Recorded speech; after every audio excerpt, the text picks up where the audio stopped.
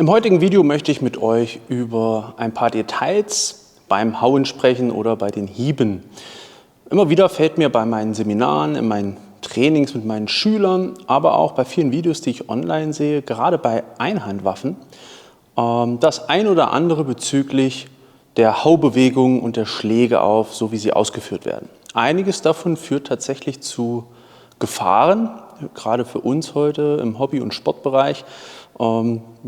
Dadurch bestimmte Bewegungen werden die Haue viel zu kräftig, unnötigerweise. Und es gibt auch das große Phänomen des sogenannten Durchhauens oder Verhauens. Und ja, dazu möchte ich jetzt mal so 1, 2, 3 Sachen erklären, die euch dann vielleicht auch für euer eigenes Fechten weiterhelfen. Das erste, was ich dazu zeigen möchte, ist, ihr seht schon, ich habe heute meinen Stock in der Hand. Das ist zwar kein perfekter Stock für Schlagtraining, sondern einfach nur Fichte. Der soll euch aber eines symbolisieren.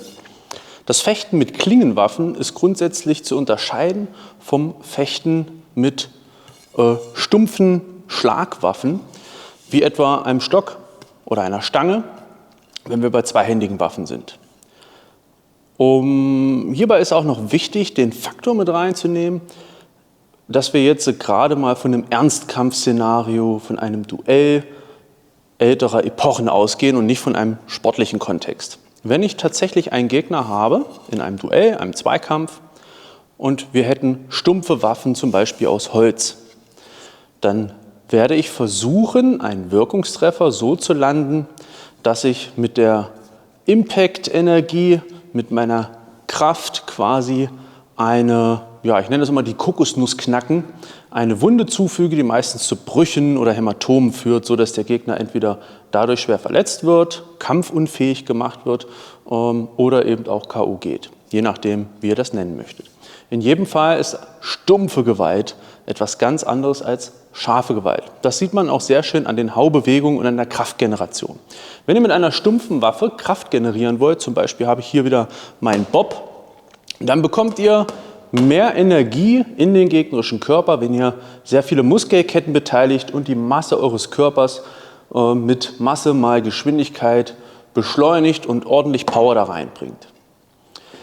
Nicht zu unterschätzen ist dabei natürlich auch Training durch intramuskuläre Koordination. Das richtige Schalten von Muskeln kann teilweise mehr Kraft generieren als unkoordinierte, beschleunigte Masse.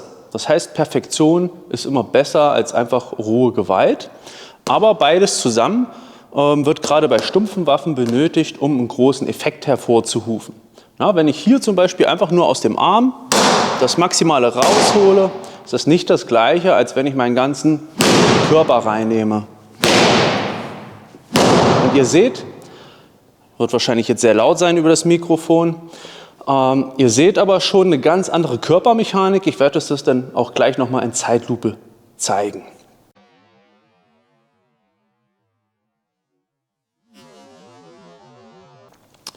In der Regel werden die Häue sehr viel mehr mit der Hand geführt und mit der Wucht aus der Körperrotation.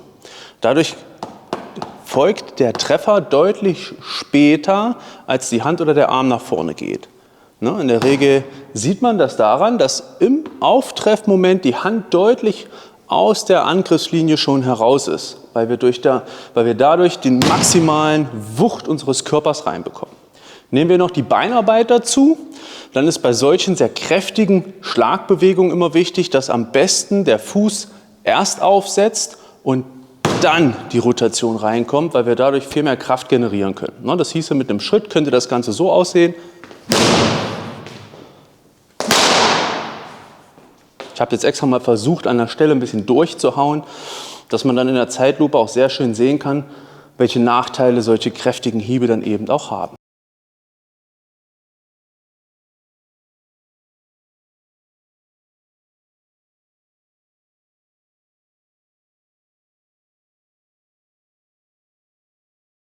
Wenn ich natürlich jetzt so einen Treffer dann auch wirklich lande, hat das einen riesengroßen Effekt bei meinem Gegner. Solche Schläge, ich nenne das jetzt auch mal hier gezielt Schläge, sind eben vor allem mit stumpfen Waffen sehr zielführend oder später auch etwas angepasst mit scharfen Waffen. Für uns ist hier wichtig, dass der Hauptkontext eben immer das Duell ist.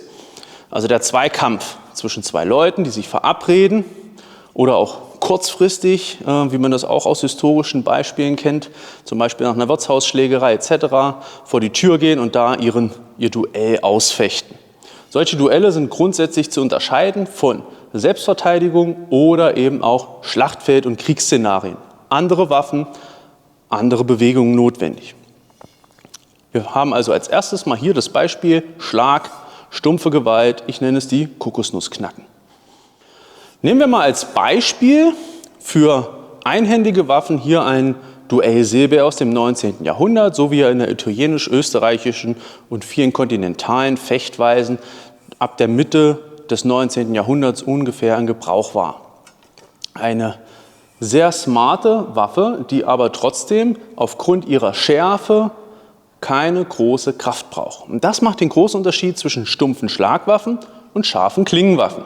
Durch die Schärfe ist die Energie nicht mehr notwendig, sondern einfach nur noch das schnelle Treffen. Wer sowas schon mal ausprobiert hat, ich habe vor kurzem ein Video gemacht, wo ich das mal am Beispiel von einem etwas härteren kleinen Kürbis hier in der Halle aufgezeigt habe. Da konnte man sehen, dass schon der minimalste, lockere, sportliche Hieb mit einer stumpfen olympischen Säbelklinge ausreichen würde, um einen Wirkungstreffer zu erzielen. Man braucht also der war ja stumpf, man braucht also mit einer scharfen Waffe keine große Kraft, sondern einfach nur Perfektion in der Bewegung und im Gegenteil zum Schlag von eben wenig Körperbeteiligung. Denn viel wichtiger ist es eben, schneller zu sein als der andere, natürlich im richtigen Timing, ohne dass der andere die Bewegung überhaupt wahrnimmt.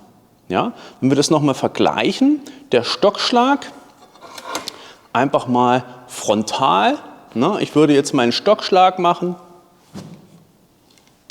oder eben um den Kopf ausgeholt.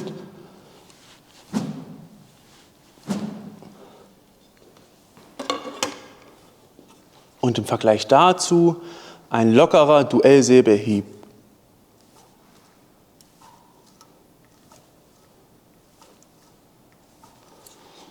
Keine Körperbewegung.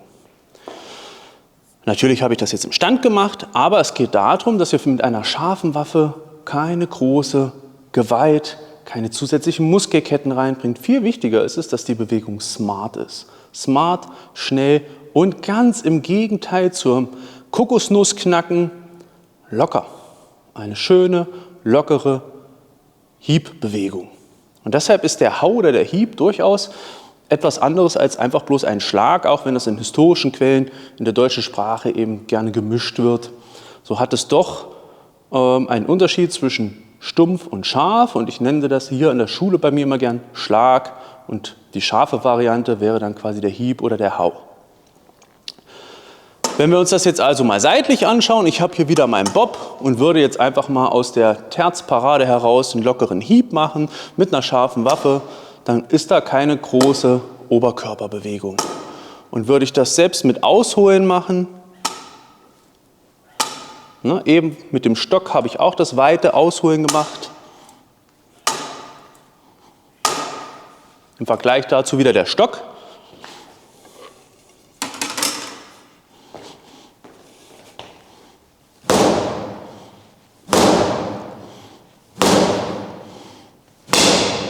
Na, irgendwann bricht er mir wahrscheinlich. Na, ist schon soweit. Na, da sieht man das Knacken der Kokosnuss. Jetzt das Gleiche mit dem Säbel oder im Barbasetti-Style.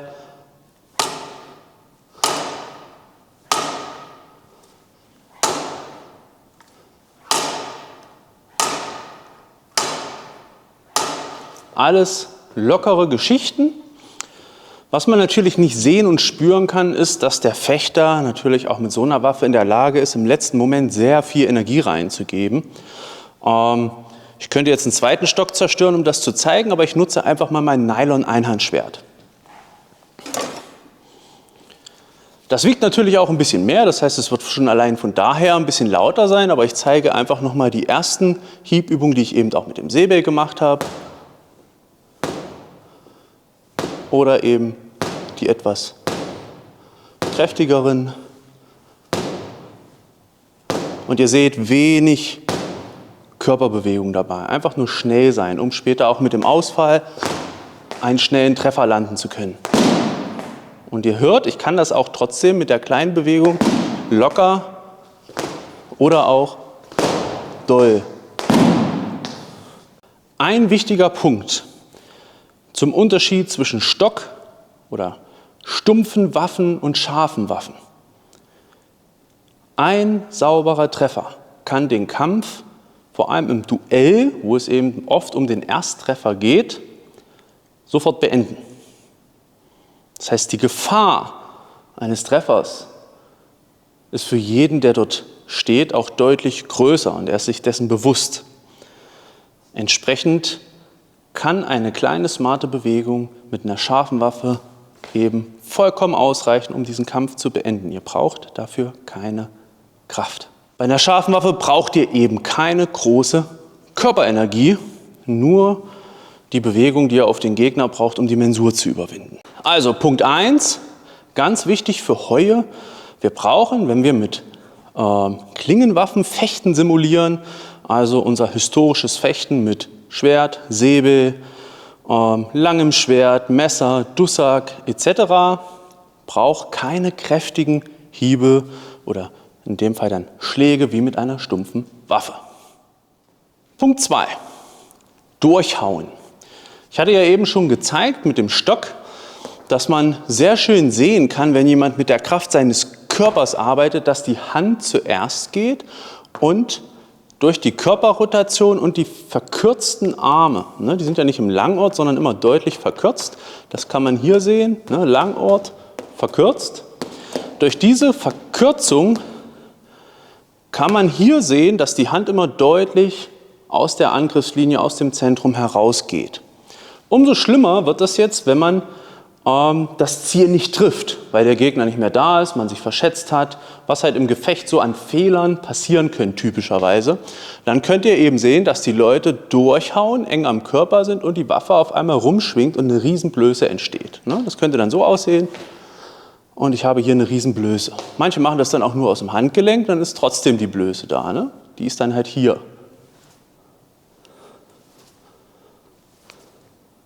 Oder so. Wir haben halt dieses große Durchhauen. Das Durchhauen ist eigentlich bei vielen Fechtmeistern schon seit dem Spätmittelalter, der frühen Neuzeit, im 16. Jahrhundert verpönt.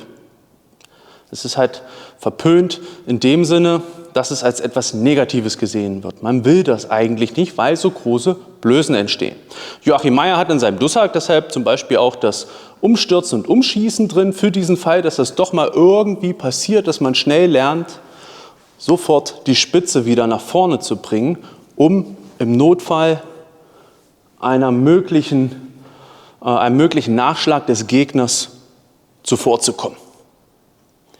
Der Dussak ist eben auch eine sehr kurze Waffe und kurze Waffen schwingen halt auch schneller um ihren Mittelpunkt, bei uns im Handgelenk oder im Ellbogen oder im Oberarm, und entsprechend ist auch die Gefahr eines Verhauens größer und wir haben aber auch den Vorteil, dass man mit einem kürzeren Dussak eben auch schneller wieder aus dem Handgelenk oder dem anderen Ellenbogengelenk die Linie wieder decken kann. Je länger die Einhandwaffe, umso schwieriger wird das. Das Einhandschwert hier ist ja schon deutlich länger als ein Dussak. Der wäre jetzt ungefähr bis hier, also 15 bis 20 cm kürzer. Und wenn wir Arming Swords, andere, die auch deutlich länger sein können, schon aus dem Hochmittelalter nehmen oder eben auch wie bei Joachim Meyer im 16. Jahrhundert, dann können die auch deutlich mal 10 cm oder 15 cm länger sein. Und wenn sie das sind, dann wird der Bogen für die Haubewegung mit der Spitze des Ortes deutlich größer und damit auch die Bewegung langsamer. Entsprechend macht ab einem gewissen Punkt auch das Umstürzen oder Umschießen nur noch wenig Sinn. Bis dahin hat der Gegner euch schon 1 oder 2 Hiebe reingehauen. Okay, dieses sogenannte Durchhauen, wie es schon bei Joachim Meyer heißt, hat jetzt also einmal den fechterischen Nachteil, dass eine große Blöße und damit Zeit auch entsteht, in der Gegner euch einen Nachschlag reinhauen kann und ihr nicht mehr in der Lage seid, den zu versetzen, zu parieren. Das ist Punkt 1. Punkt 2 ist, es ist einfach unnötige Gewalt aus der Sache. Ihr braucht das halt gar nicht im Duellfechten. Und Punkt 3, und das ist jetzt im sportlichen Bereich für uns heute sehr wichtig, es generiert unnötige Gefahren. Die wenigsten besitzen so smarte Klingen, dass sie bei einem Durchhauen auf den Körper des Gegners keine gefährlichen Verletzungen hervorrufen könnten. Nehmen wir einfach Säbelfechten. Die meisten Säbel, die im Gebrauch sind, sind viel näher an Kriegswaffen als an richtigen Duell- und Fechtwaffen. Duell- und Fechtsäbel als Beispiel wiegen in der Regel zwischen 500 und 650, 700 Gramm. Also wirklich Säbel, die dazu designt waren, um mit Schutzausrüstung sich sportlich oder im Assaut, im Freifechten zu duellieren als Trainingsvariante. Diese Säbel sind deutlich leichter und auch die scharfen Duellsäbel sind eben deutlich leichter. Die Kriegswaffen sind immer deutlich schwerer und erfordern ein ganz anderes Fechten. Mit diesen sehr schweren und meist auch sehr breiten Säbelklingen haben wir eben das Problem, dass in der horizontalen Achse die Klinge nicht nachgibt. Wenn ihr mit solchen sehr breiten Klingen, hier mal am Beispiel des Nylonschwertes, auf den Körper trefft, gibt die in der Achse nicht nach. Das heißt, die komplette Energie geht in euren Partner oder Gegner. Und wenn ihr dann eben anstatt einem sportlichen Hieb oder einem Duellhieb, der sich vom sportlichen nicht unterscheidet, einen Schlag macht, dann kriegt das eben euer Partner ab. Selbst wenn ihr den nur aus dem Handgelenk macht. Ihr seht, wie der Bob sich bewegt.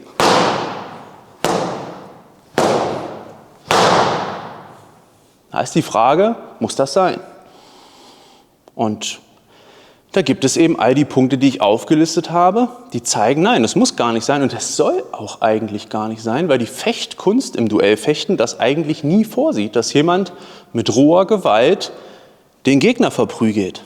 Ne? Manche Fechtbücher nennen das Bauerngedresche oder wie in der Handschrift 3227a, wenn stark gegen stark ist, gewinnt allemal der Stärkere. Was wäre es also Kunst? Sondern Kunst ist, wenn auch der Schwächere mit seiner Kunst den Stärkeren besiegen kann. Und genau das sehen wir eigentlich an diesem Hieb- und Hau-Prinzip. Lockerheit und Smartheit gewinnt. Und für uns im Sport ist es halt wichtig, weil es Gefahren beseitigt.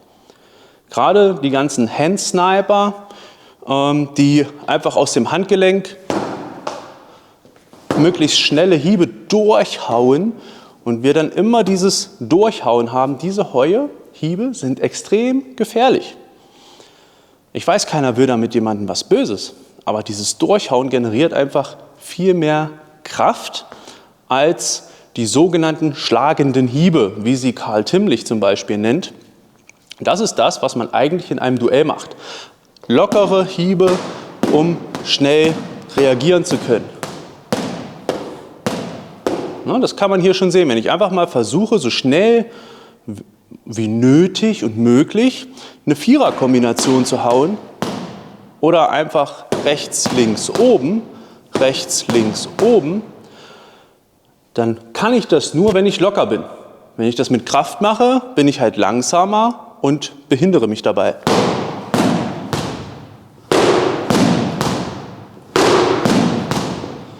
Und wenn ich es durchhaue, habe ich dasselbe Problem.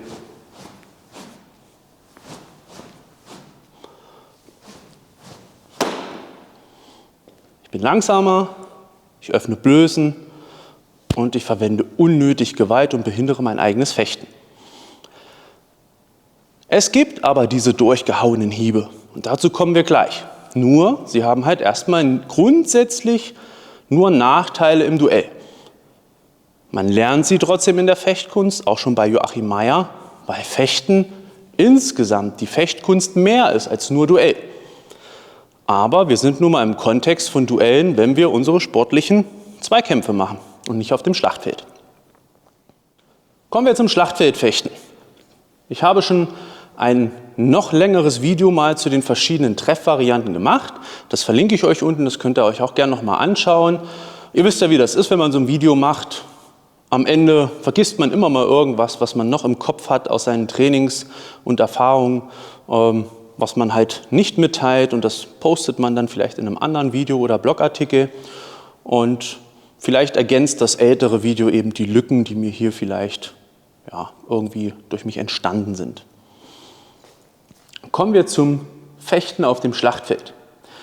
Im Duell wollen wir, dass immer die Spitze zuerst geht und wir möglichst den Gegner so zu einer späten Parade kriegen, einer späten Reaktion.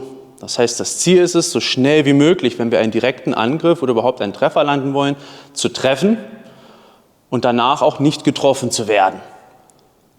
Auf dem Schlachtfeld ist es ganz anders. Das heißt, wir haben auch zwei unterschiedliche Körpermechaniken. Im Duell ist zum Beispiel die Idee, wenn wir in mittlerer Mensur stehen mit Ausfall, je nach Schule, Handgelenk, Ellenbogen, welche Schule das auch immer sei. Ich mache jetzt einfach mal einen etwas größeren italienischen Hieb. Ich schwinge an und mit der Streckbewegung erst geht die Spitze und dann kommt der Ausfall.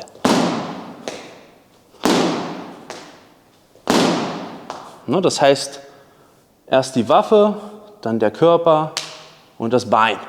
Und das schön koordinieren lernen. Das dauert Jahre, um das einigermaßen perfekt zu beherrschen. Auf dem Schlachtfeld ist das Ganze anders.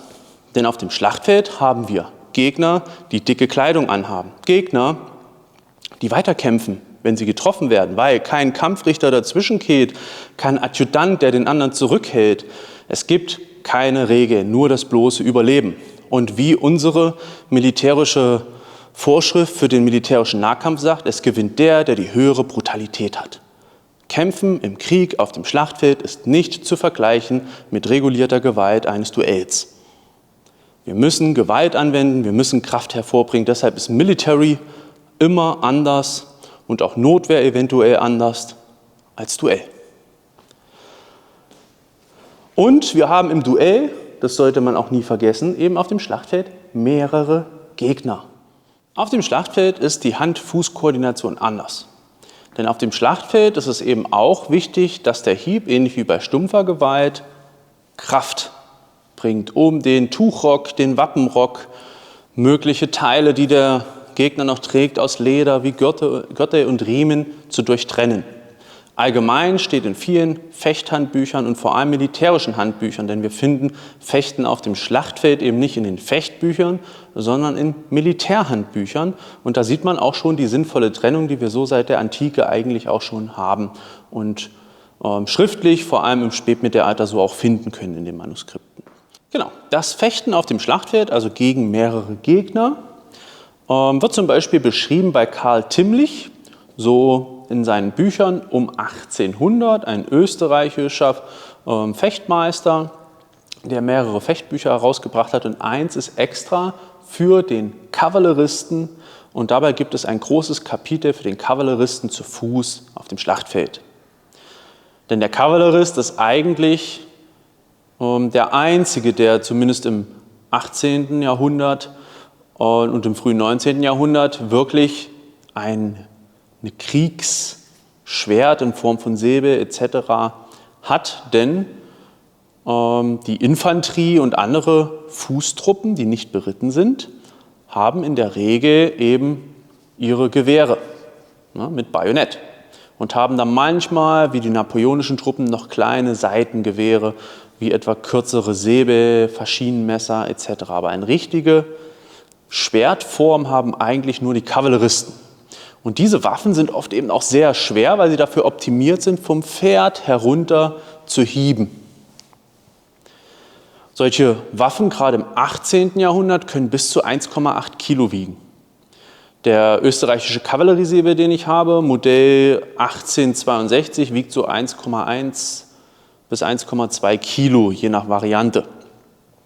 Das heißt, die werden ordentlich vom Pferd geschwungen und mit denen muss man dann eben zu Fuß kämpfen.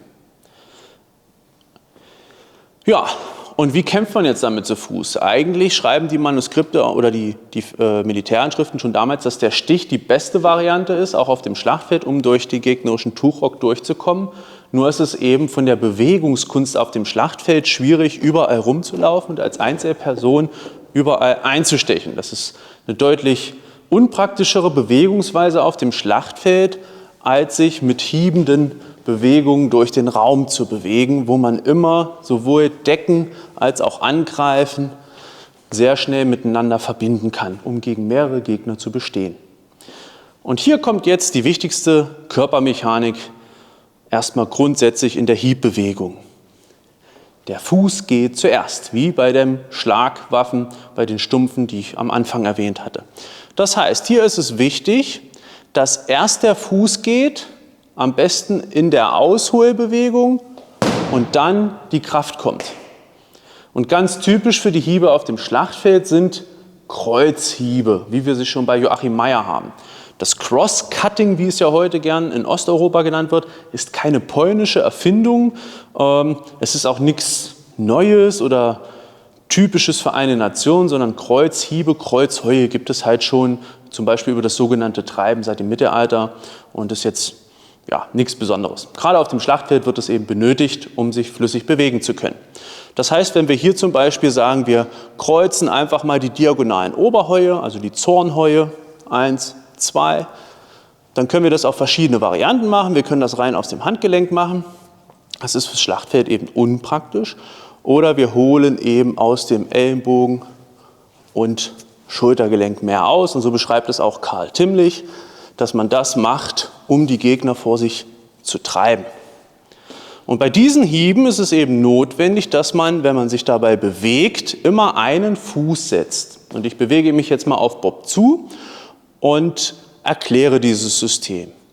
Ja, wenn wir zum Beispiel ich nenne das jetzt mal Terzauslage stehen, dann würden wir den ersten Hieb eventuell von oben links machen und dann holen wir über rechts aus, setzen den linken Fuß mit einer Passade und hauen dann von links durch. Das heißt, und zack, sodass man wirklich Kraft mit dem Körper hat. Und bei dem nächsten Hieb würde man dann wieder den Fuß setzen und zack. Das heißt, auf jeden Schritt folgt ein Hieb. Nicht der Schritt folgt dem Hieb, sondern der Hieb folgt dem Schritt. Dass wir dann quasi sagen, und hepp und hepp. Und das würde dann eben flüssig so aussehen, dass man sagt, 1, 2, 1. Also links, rechts, links. So würde man sich als Beispiel vorwärts bewegen. Es gibt da Wendungen, die Möglichkeit, im Kreis zu laufen, ähnlich wie das vielleicht einige aus dem Montante kennen. Aber das Wichtigste ist eben, dass der Hieb dem Schritt folgt, so dass man wirklich Kraft generieren kann.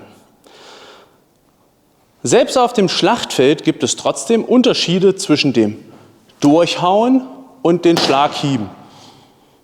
Ich würde jetzt nicht zu sehr drauf eingehen in dem Video, aber selbst hier ist es halt wichtig, dass auch da der Fuß zuerst gesetzt wird, um dann viel Kraft zu generieren. Und zudem muss man dran denken, dass man auf dem Schlachtfeld eben auch einen sicheren Stand braucht. Kraft und Stabilität im Stand, sodass man wirklich sagen kann, okay, ich stehe hier erstmal sicher und rutsche nicht weg.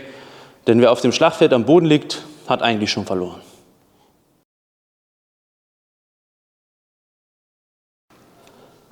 Es ging erstmal um den Unterschied zwischen stumpfen Waffen und scharfen Waffen.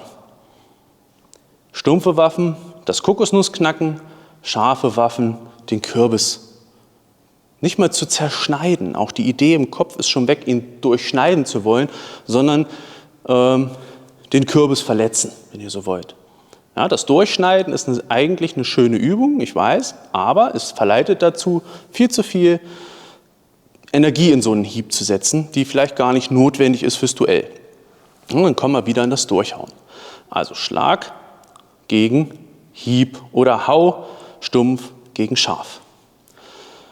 Dabei entstehen unterschiedliche Körpermechaniken, die ihr alle im Video gefunden habt und die sich sehr stark unterscheiden.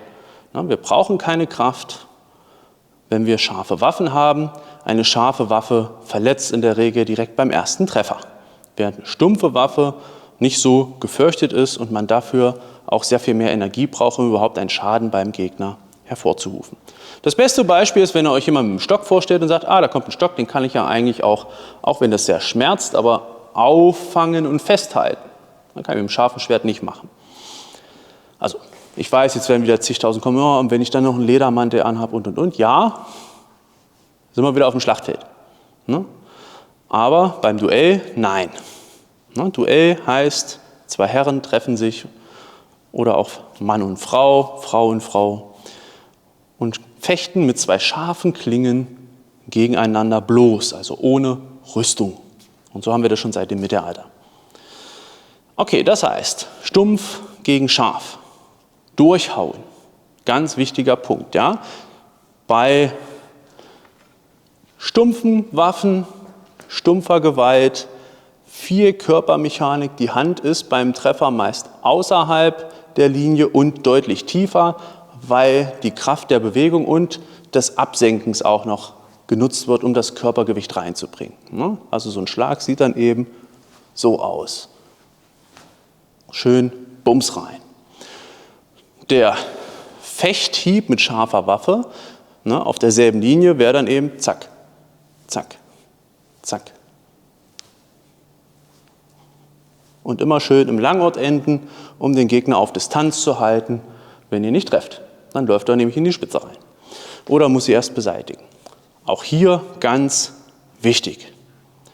Durchhauen bietet Blößen und ist nicht gewollt. Und wenn es doch passiert, weil eben Stress und Menschen Fehler machen, auch im Fechten, auch im Duell, gibt es eben die Möglichkeiten, die man hat, um dagegen zu arbeiten, wie bei Joachim Meyer, dass man dann eben sagt, huch, schnell die Spitze wieder reinschießen oder stürzen, sodass sich vielleicht noch irgendwie das Problem lösen kann, oder wie später, wenn man das macht, um schnell wieder in die Parade zu gehen, dass man sagt, oh, ich habe durchgehauen, schnell in die Parade, und das wird dann eben auch trainiert, zack. Aber auch da habt ihr eben keine Körperbewegung, das dauert viel zu lang. Ihr könnt also solche Sachen auf Videos regelmäßig sehen, und wenn ihr auch euch gegenseitig trainiert oder selber wie ich professioneller Trainer seid, dann eure Schüler beobachten und immer mal drauf schauen, was passiert eigentlich im Freifechten, wenn nicht getroffen wird, oder wie sehen Endpositionen bei Treffern aus. Und immer wenn ihr sowas seht oder eben Waffen, die durchschwingen, dann solltet ihr euch Sorgen machen und überlegen, woran könnte das liegen und wie können wir das am besten abstellen. Eben auch für die Sicherheit aller Fechter. Gut, ich rede immer sehr gerne sehr viel. Und deshalb hoffe ich, dass das bis hierhin erstmal gereicht hat, um das Thema, was mir wichtig war, so ein bisschen anzusprechen. Probleme, die sich aus einer vielleicht auch falschen Idee dessen zusammenstellen, was Hiebe im Duellfechten eigentlich sind. Und vielleicht auch aufgrund einer falschen Vorstellung aus Filmen, zu viel Tatami-Schnitttests oder andere Schnitttests. Wir wollen unsere Gegner im Duell nicht spalten, sondern wir wollen einen schnellen, sauberen Treffer landen, dabei nicht getroffen werden und dann dieses Duell möglichst als Sieger unverletzt überleben, und wenn doch, dann eben mit möglichst kleinen Verletzungen. Wenn ihr Fragen habt, stellt sie in den Kommentaren. Ich bin gespannt und ja, bis zum nächsten Mal.